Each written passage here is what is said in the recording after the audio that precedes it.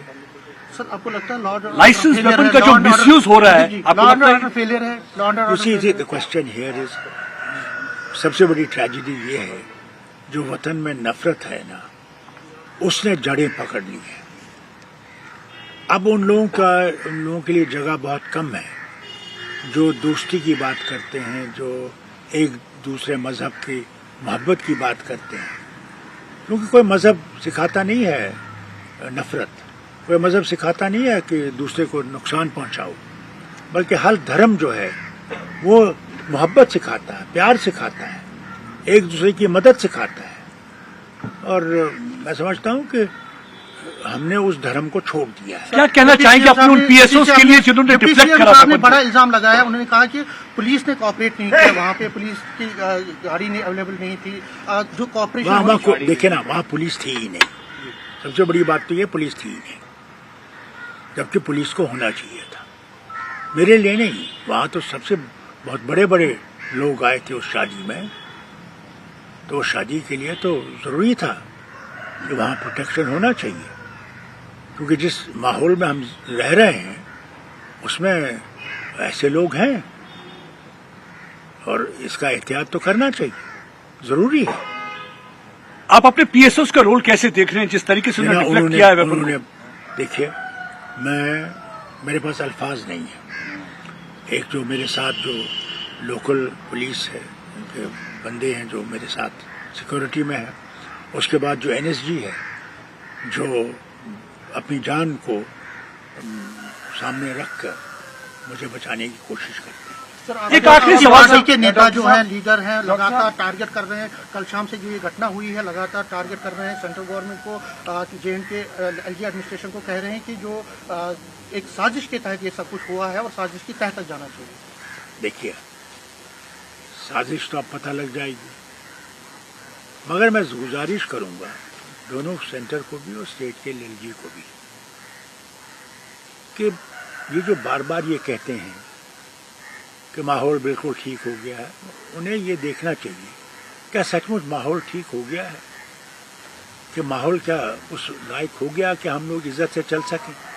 ٹھیک ہے ہماری رائے الگ ہوگی, مگر بھارت جو ہے وہ انڈیپینڈنٹ نیشن ہے, سیکولر نیشن ہے, اس میں ہر ایک کی آواز ہو سکتی ہے. مجھے ان کی آواز ٹھیک نہیں لگے, ان کو میری آواز ٹھیک نہیں لگے, مگر ہم لوگوں نے چلنا ہے. یہی تو اس ملک کی سب سے بڑی چیز یہی تھی کہ آپ بات کر سکتے تھے.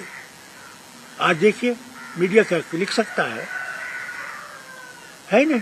ڈاکٹر ڈر ہے. صاحب ایک سوال رہے گا. ڈاکٹر صاحب کانگریس کے پریزیڈنٹ کھڑگے صاحب نے کہا کہ اسٹیٹ نہ ہونے کی وجہ سے بھی اس طریقے کے حادثات پیش آتے ہیں. دیکھیے سب سے بڑی چیز یہ ہے ایک الیکٹڈ گورنمنٹ ہے اور اس الیکٹڈ گورنمنٹ کے پاس پاور نہیں ہے. یہ کیسے ہو سکتا ہے؟ اگر الیکشن ہوئے, الیکشن میں یہ وعدہ کیا گیا کہ صاحب اسٹیٹ ہم ریسٹور کریں گے, آپ کی مشکلوں کو دور کریں گے. اب بتائیے اتنے سال ہو گئے, کہاں ہے وہ اسٹیٹ ہوڈ جس کا وعدہ نہ صرف انہوں نے پارلیمنٹ میں کیا بلکہ انہوں نے سپریم کورٹ میں کیا. تب تو یہ آپ ہم پہ انگلی اٹھا سکتے تھے. سر اسٹیٹ نہ ہونے کی وجہ سے بھی کیا کرائم بڑھ رہا ہے جموں کشمیر کے اندر؟ دیکھیے کرائم جو ہے وہ تو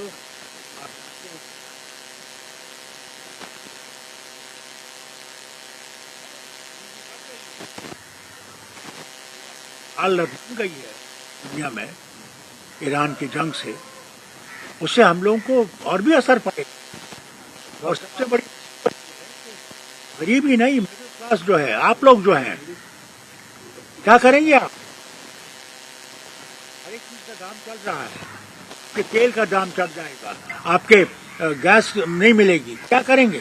اب وہ زمانے گئے کہ آپ لکڑی جلا کے چولہا جلا سکتے تھے, وہ تو زمانہ گیا.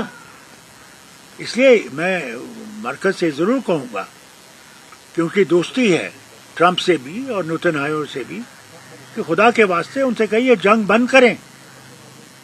فاروق صاحب جنگ بند کرنا ضروری ہے. جنہوں نے آپ پہ اٹیک کیا کیا کیونکہ وہ کہتے ہیں ہماری پرسنل رنجش تھی, کیا آپ ان سے کبھی ملے ہیں یا کوئی آپ کو کبھی نہیں ملا جناب, میں جانتا بھی نہیں ہوں. میں نے پہلی دفعہ اس کی تصویر تو کل اس موبائل پہ نے مجھے دکھائی.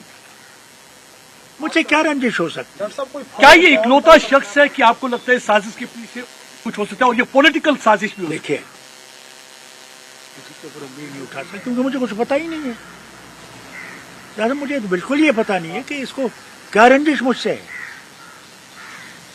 میرے دروازے تو ہر وقت کھلے ہیں, کبھی آپ نے میرا دروازہ بند دیکھا؟ جو بھی آتا ہے میں اس کا سنتا ہوں, جتنا ہو سکتا ہے مجھ سے میں اس کو بھی ڈاؤن گریڈ کیا گیا تھا, تو کیا اس کا بھی نتیجہ ہو سکتا ہے؟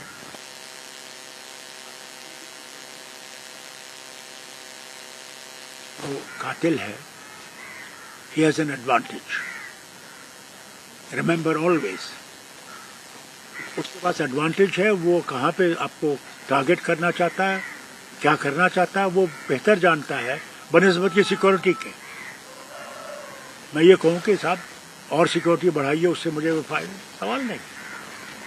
سب سے بڑی مصیبت یہ ہے کہ we live in an era where terrorism is up in the sky.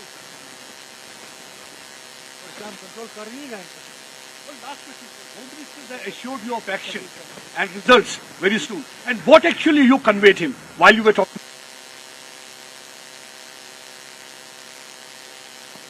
You will be able to get down to the ground.